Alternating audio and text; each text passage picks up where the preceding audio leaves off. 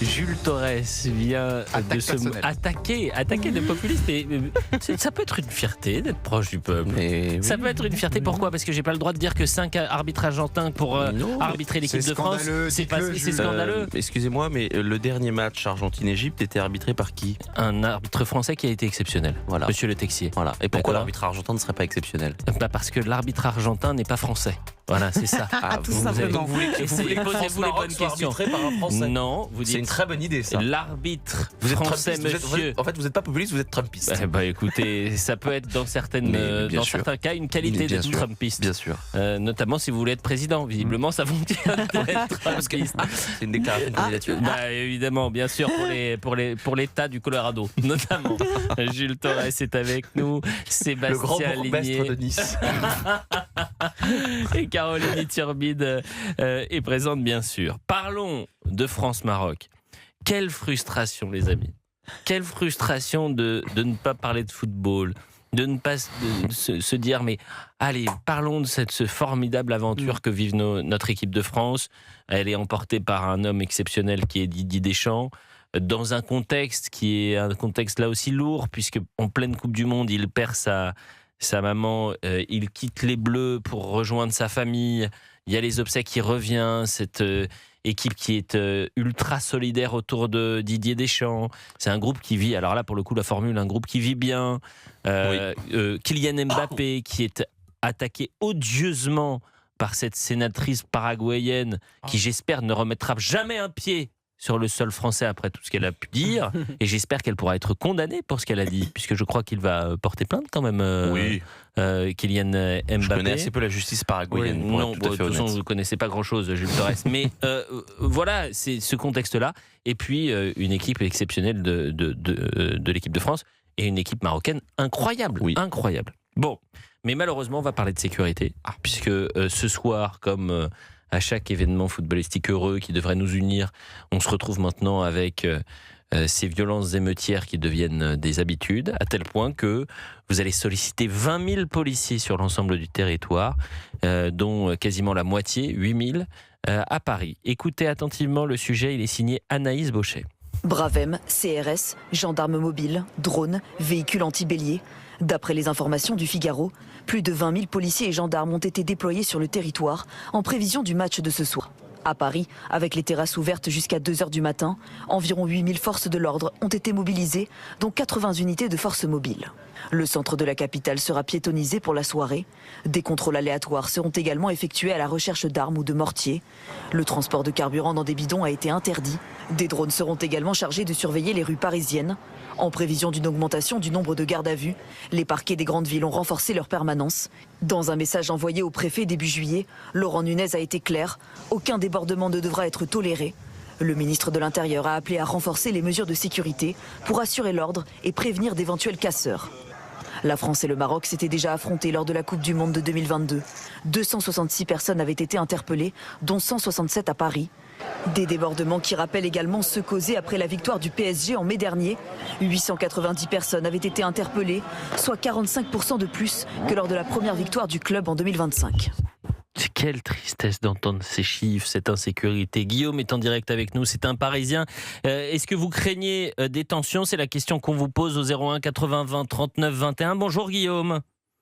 Oui, bonjour Elliot, bonjour à l'équipe, bonjour tout le monde. Je suis le Guillaume qui vous avait appelé le samedi matin du jour où il y avait eu cette fameuse finale. Bien sûr. Guillaume, évidemment. Oui. Et c'était moi qui vous avais dit Paris sera mis à feu et à sang. Pourquoi il n'y a pas de notion de trouble à l'ordre public et de couvre-feu ? Dans certaines villes, tout ça a été mis en place. Maintenant, vous continuez à parler de la fête. Je veux bien. Mais comme vous venez de le dire là, juste à l'instant, il y a déjà eu des précédents.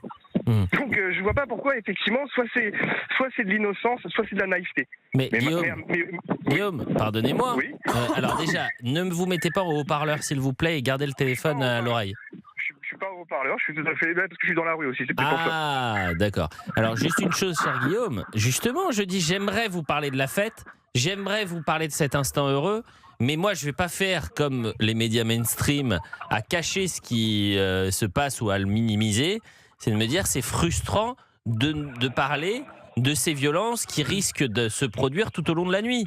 Et d'ailleurs, heureusement qu'il y a les réseaux sociaux, parce qu'on veut les bâillonner, certains, et des comptes et des lanceurs d'alerte. Heureusement qu'il y a les réseaux sociaux pour voir ce qui se passe réellement sur le sol français, parce que sinon, vous ne le verrez pas aux 20h. Hein. Vous savez, monsieur Deval, ce qui se passe réellement en France, et surtout ce qui va se passer ce soir, c'est que comme les bars vont être ouverts jusqu'à 2h du matin, je vais vous faire une petite équation très très simple en fait. Chaleur plus viande saoule égale QI négatif. Ah, bah écoutez, c'est plutôt... Vous avez fait Polytechnique. C'est une belle formule. C'est Pythagore. Oui, c'est Pythagore. Et bah écoutez, c'est intéressant. Guillaume, j'aimerais échanger... Non mais ça a le mérite d'être clair. Ah oui. J'aimerais échanger plus longtemps avec vous, mais il y a du bruit autour de vous, je sais pas où vous êtes. Vous êtes au marché ? Là, je rentre chez moi. Non, attendez, je vais me mettre dans une petite rue. Non mais là, c'est pas grave, c'est pas grave. Parce qu'il y a du monde au standard, Guillaume. Ne vous embêtez pas. Je voulais juste vous dire aussi une dernière petite chose, c'est que en fait la dernière fois on m'a bien fait comprendre qu'il y avait une différence entre effectivement les supporters et les casseurs. Oui. Malheureusement ils ont tous le même maillot, donc j'ai pas réussi à faire la différence. Par contre ce que je voulais savoir c'est que pour ceux qui sont simplement supporters, est-ce qu'ils sont en définitive victimes ou coupables ? Victimes qu'on aurait gâché la fête ou coupables de ne pas l'avoir défendu ? Voilà, donc je voudrais savoir si ce soir ça va se repasser de la même façon. Est-ce qu'il y a des gens, ils vont se carapater, ils vont laisser faire ? Mais... Ou alors certaines personnes, parce que ce sont des supporters. Bah écoutez, le supporter de l'équipe de France, il va pas faire le travail des forces de l'ordre, Guillaume. On vous entend trop mal là. Mais j'aime bien votre ton et j'aime bien aussi l'humeur que vous apportez à cette émission. Mieux que Sébastien Donc Ligné. n'hésitez pas à nous rappeler, cher Guillaume. Caroline. Oui, non, je voulais rajouter qu'en tout cas, on n'a qu'à espérer et souhaiter très fortement que la France gagne, parce que selon les renseignements territoriaux, sachez quand même que si une victoire du Maroc arrive, ça va favoriser encore plus les débordements en raison de l'importance symbolique d'une telle qualification et de la propension de ses supporters à la célébrer de manière visible et agitée sur la voie publique. Je vais vous dire, c'est pas les supporters le problème, c'est les délinquants. Voilà, je suis pas les supporters. En tout cas, c'est vraiment marocains. Une information des renseignements territoriaux. Voilà. Merci Caroline pour cette information. Mais vous savez que par exemple, le Maroc a organisé la Coupe d'Afrique des Nations cette année. Ça s'est passé formidablement bien au Maroc. Ah oui. En revanche, il y a un supporter algérien qui a brûlé un billet. Je crois qu'il a passé quelques jours en détention provisoire. Comment vous m'expliquez que les supporters marocains se comportent parfaitement bien pour la CAN? Et nous, sur le sol français, des 10 supporters, je mets des guillemets, parce que pour moi, ce n'est pas des supporters, c'est des délinquants. Ça n'a rien à faire du sport. Ils vont profiter de cet événement pour fracasser du policier, casser, piller et voler. Et ces individus, ils n'ont pas peur de le faire, Sébastien. Il faut savoir de qui on parle. On dit les supporters marocains présents en France. Alors évidemment, vous en avez qui sont des Marocains qui ont donc la nationalité marocaine, qui sont parfois nés au Maroc et donc qui ont la culture sécuritaire du Maroc. Mais vous avez aussi, parmi ce qu'on appelle ces supporters marocains, des milliers qui sont originaires du Maroc, mais qui sont parfois nés en France, qui ont la double nationalité. Et ceux-là n'ont pas cette culture marocaine du respect. Ils ont pris le pire de la France, c'est-à-dire l'impossibilité de donner des consignes claires, le laxisme judiciaire. Et évidemment, il y a aussi parfois un sentiment anti-français. Pardon, quand je vois des gens qui sont nés en France, parfois de parents français, donc on parle de la 3e génération d'immigrés, et qui malgré 3 générations continuent encore d'avoir parfois une haine de la France, ça m'inquiète aussi. Moi je vous avoue que ça me rend extrêmement triste de voir des affrontements entre parfois des Français originaires du Maroc et des Français tout court. Ça m'attriste qu'on doit faire cette différence aujourd'hui, mais c'est eux qui la font. C'est terrible. Et il y a une deuxième chose moi je veux dire, j'ai regardé les images et de la victoire de 98 sur les Champs-Élysées et de 2018 où il y avait aussi un grand rassemblement populaire, c'était très festif, très familial. Ça m'attriste parce que je me dis qu'on ne pourra pas réassister à ce genre de scène et que si la France gagne cette 3e étoile dans quelques jours, je pense qu'on ne pourra pas avoir de nouvelles scènes de liesse familiale. En 2018, pour avoir couvert sur les Champs-Élysées la victoire de l'équipe de France lors de ce mondial, j'ai souvenir d'une fête extraordinaire jusqu'à la tombée de la nuit. Et aux alentours de 23h, minuit, ça a commencé un peu à chauffer sur les Champs-Élysées. Mais c'était il y a 8 ans. C'était il y a 8 ans et Vous vous c'était rendez pas compte au niveau, Mais effectivement, même- de ce qu'on a vécu pour la finale de Ligue des Champions l'année dernière ou cette année pour le Paris Mais Saint-Germain. Jules Torres. Faudrait pas qu'on ait un avis et une opinion, si je puis dire, qui soit un petit peu trop parisiano-centré. Moi, pour avoir vécu, par exemple, le 2018 dans ma très belle bourgade des Sables-d'Olonne, je peux vous dire que Sables-d'Olonne, quand il y a eu la victoire, toute la ville était en liesse. Elle n'était pas à feu et à sang. Et donc, j'ai quand même l'impression que la violence Elle est est concentrée. partout dans notre pays, mais elle est quand même particulièrement aux Champs-Élysées. Par exemple, moi j'ai regardé Dans les grandes villes, la finale à Paris en particulier et dans les grandes villes en général, vous avez raison, dans les métropoles. Mais en 2022, par exemple, j'ai regardé dans un restaurant libanais qui est situé aux Champs-Élysées, boulevard de la Grande Armée, la finale de la Coupe du Monde. Il y avait des scènes de liesse, en effet, mais par contre, après, je sais qu'on s'est carapaté très rapidement pour éviter les violences. Sauf que, par exemple, la victoire du Paris Saint-Germain cette année en Ligue des Champions, il y a eu des tensions à Paris, mais il y a eu une vingtaine de villes qui ont été le théâtre de violences, et vous avez une quinzaine de villes qui ont été le théâtre de pillages. Donc ça ne concerne pas seulement la capitale. Il est 17h15, on revient dans un instant, on ira voir un Bordelais, tiens. François. Est-ce que François craint des violences ce soir? Est-ce qu'il a changé ses plans?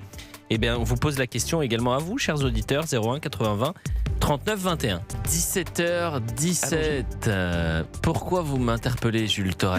Non, pas du tout, c'est que je vois, vous avez besoin de caféine là, visiblement. Mais pas du tout. il y a un Je petit coup de suis mou, en pleine Vous avez un petit forme, coup de mou. cher ami, mais pas du tout. Mais Jules excusez-moi de Torres. vous coucouner. Eh ben, c'est bien. Vous le formulez parfaitement bien, Jules Torres, Sébastien Ligné qui est tout sourire, Mais moi, ça va Caroline très bien. Iturbide, je vous ai pas Pareil. posé la question non plus, Caroline. Et on est ravis de retrouver Avant de lui un Reda café, quand même. Bellage. Reda Bellage, merci d'être avec nous. Vous êtes porte-parole unité Île-de-France. On s'est vu ce matin, pour être en toute transparence, mais vous nous avez peut-être entendu sur l'antenne d'Europe 1 et de CNews pour l'heure des pros. Vous étiez avec nous, Reda Bellage. Quels sont les retours que vous avez 7 heures plus tard, puisque c'était aux alentours de 10 heures? Est-ce qu'il y a des premiers éléments qui vous inquiètent sur cette soirée de quart de finale de Coupe du Monde entre la France et le Maroc, et une inquiétude sécuritaire particulière? Alors, il y a une inquiétude sécuritaire particulière parce que si j'ai pas d'autres termes à part le mot jurisprudence. Il faudra peut-être que j'en trouve un jour, mais en fait, on a une jurisprudence de la finale de la Ligue des Champions de l'an passé gagnée par Paris où ça a fini avec 22 blessés. La dernière finale de la Ligue des Champions qui s'est finie avec 233 blessés au niveau des forces de l'ordre. Et je compte pas le personnel type pompier, de santé.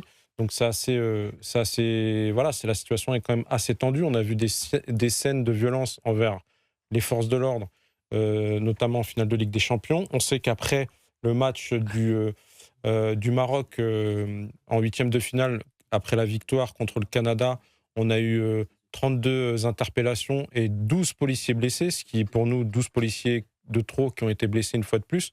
Donc là, sachant que si le Maroc se qualifie, il y a des craintes que ça se passe mal sur le territoire.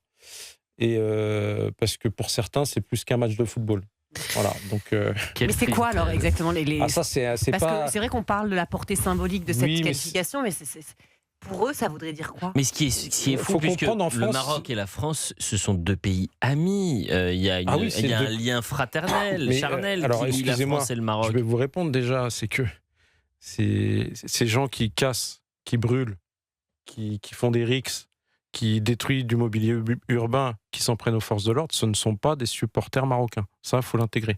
Voilà. Au Maroc, les gens ne se comportent pas comme ça au Maroc. Entièrement pas raison de parce que- préciser ça. Ils ont peur. Parce qu'ils respectent le royaume, ils respectent leur police et leur gendarmerie. En France, ce n'est pas le cas, parce qu'il y a beaucoup de gens qui ont un problème identitaire et qui règlent leur compte de ce point de vue-là, parce qu'ils se sentent peut-être désœuvrés, parce qu'ils ont été éduqués politiquement aussi, ce qui n'était pas le cas de ma génération, mais politiquement et au niveau de leurs parents, comme ça. Voilà. Et donc, vous avez un souci au niveau de la génération. J'entends. Voilà. C'est un problème Qui- générationnel. Exactement. Mais pardonnez-moi, Reda, peut-être qu'ils ont aussi un peu peur, et tant mieux, je vais vous dire. Vous avez pas. Moi, je rêve du jour où le délinquant a la main qui tremble lorsqu'il pointe son mortier d'artifice sur un policier en France, je veux dire. Parce qu'il sait que c'est 5-10 ans à l'ombre. Je pense aux auditeurs d'Europe 1, il est 17h21. Reda Bellage est avec nous encore quelques minutes. Si vous avez des questions à lui poser, n'hésitez pas, interpellez-le. Parce que sinon, c'est lui qui vous interpelle dans des conditions parfois où il est rude. Il est rude. La clé très attention. La maîtrise. Pour la première fois, vous avez la possibilité d'interpeller un policier. Donc faites-le. Il est 17h21. François est en direct avec nous. Bonjour François.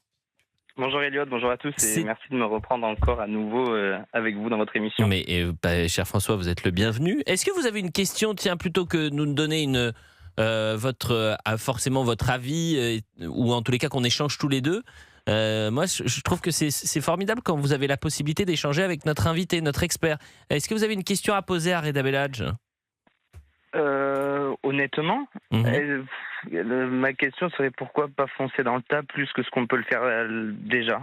Eh ben, réponse de Reda Bellage. C'est vraiment ma grosse question, mais bon, attendez, mais non, mais François, c'est une bonne question. Vous savez, foncer dans le tas, je comprends ce qu'il veut dire. Ça veut dire pourquoi ne pas être plus ferme ? Pourquoi ne pas aller au contact, Reda Bellage ? Pourquoi ne pas aller à la hauteur de ces gens-là quand ils vont à l'affront comme ça contre vous, quoi ? Parce que l'État ne veut pas assumer... Alors moi, je vais donner mon avis. Que ce soit au sein de la préfecture de police pour Paris ou au niveau de l'État, je pense qu'ils ne veulent pas assumer en fait le côté qui pourrait sembler pour certaines personnes répressif. Je m'explique. Moi, j'étais à l'hôpital. Il y a 2 collègues qui ont été grièvement blessés suite à la finale de la Ligue des Champions. Constance et Clément, auxquels au passage je salue, je les remercie pour ce qu'ils ont fait, qui ont été très grièvement blessés. J'ai été les voir à l'hôpital. Le préfet de police, lui, il n'a pas daigné aller les voir alors qu'il avait 3 jours pour le faire. Et on a eu 233 blessés. Et tout ce qu'on a trouvé à nous dire, c'est la situation était maîtrisée. Excusez-moi, quand vous avez des policiers, qui ont autant de forces de l'ordre qui ont été blessés, vous pensez que nous, on estime que l'administration a une certaine estime pour nous ? C'est le retour, parce que vous m'avez posé la question tout à l'heure, Monsieur Deval, c'est que nous, on a l'impression qu'on ne nous estime plus. Parce que sortir de violence, du chaos qu'on a vécu ces dernières semaines, et nous dire, finalement, tout s'est bien passé, non. À l'hôpital, quand j'étais à l'hôpital, j'ai croisé, il y avait un collègue, je ne vais pas le mettre... je ne vais pas lui attirer des problèmes. Bon, en tout cas, j'ai vu un collègue à l'hôpital qui, lui, n'était pas blessé grièvement, mais qui a vécu cette nuit-là, au Trocadéro. Et vous savez ce qu'il m'a dit, les larmes aux yeux ? Il m'a dit, Reda, mais pourquoi on n'a pas sorti les canons à eau ? Ils étaient 1000 contre nous. Et je lui ai dit, mais parce qu'ils ont peur, en fait. Ils ont peur de l'image qu'ils vont donner. Même un canon à eau, on ne peut pas le sortir. Oui, mais vous savez, les fameux, les centaures aussi. Excusez-moi. Non, mais attendez. Parce qu'il y a un auditeur qui voulait vous poser la question. Voilà, pourquoi les centaures, on les sort pour les agriculteurs à Rungis ? Pourquoi on les sort pour les agriculteurs à Rungis ? Les agriculteurs, ils brûlent pas de voitures. Les agriculteurs, ils tirent pas au mortier sur les policiers. Par contre, les délinquants venus d'ici et d'ailleurs, ça pose pas de problème. Mais ça veut dire que vous avez des consignes qui viennent d'au-dessus de vous, des consignes qui sont très claires, ou c'est parce que vous-même, vous avez peur ensuite Non, la consigne, elle est très claire. Moi, il y a un directeur, je vais pas dire qui, il m'a dit les yeux dans les yeux de manière tout à fait normale, il m'a dit, rappelez aux collègues qu'il y a un acte collectif, mais que les conséquences de leur choix de faire usage de l'arme létale ou non létale sera une responsabilité individuelle. Ça veut dire quoi ? Ça veut dire, les gars, vous allez au casse-pipe et après vous vous démerdez. C'est exactement ce qui s'est passé dans le cadre de l'affaire Naël, et c'est pour ça qu'on a été content qu'hier, cette loi a été votée d'ailleurs. Sur la présomption de légitime défense. Voilà. Vous m'avez interpellé pendant que vous m'expliquiez tout cela, Reda, mais je sais à quel point votre témoignage il est important. Et encore une fois, c'est pour ça que cette émission elle est passionnante, c'est que c'est François qui vous interpelle et qui vous pose la bonne question. Je ne l'aurais peut-être pas posée de cette manière-là. J'aurais peut-être pas eu le courage de la poser. Et François l'a posée. Donc merci François, parce que c'est la question que tout le monde se pose. C'est un peu comme la question que vous posez tout à l'heure, pourquoi on coupe pendant la CAN, il n'y a pas de débordement au Maroc, alors qu'en France il y en a quand c'est une équipe Afrique du Nord qui joue. On l'a tous, Elliot, la réponse. Sauf que sur les antennes techniques, Reda l'a donné. Oui, c'est-à-dire que vous avez au Maroc des Marocains qui respectent et qui sont patriotes, qui respectent leur pays, qui sont fiers de recevoir cette compétition. Il y a une organisation qui est quasi parfaite au Maroc. il y a un service de sécurité et un service d'ordre qui rigole pas, une justice qui peut être, j'imagine, extrêmement ferme, et ce cocktail-là, mariage-là... Il y a surtout une question communautaire et identitaire. Enfin, dans la réaction de ce qu'on appelle les supporters marocains. Je dis simplement qu'au Maroc, France, si ça se passe comme ça, c'est pour toutes ces raisons-là. Oui, mais évidemment qu'au Maroc, ils ont peut-être plus peur de la réponse judiciaire et sécuritaire. Mais en France, si on voit ces supporters marocains, et je mets encore une fois des guillemets sur supporters marocains, c'est parce qu'il y a une revendication identitaire et communautaire de jeunes Français issus de l'immigration marocaine qui ne se reconnaissent plus dans ce pays et qui donc fêtent la victoire du Maroc comme si c'était leur seul et unique pays. Donc il y a évidemment une dimension communautaire là-dedans.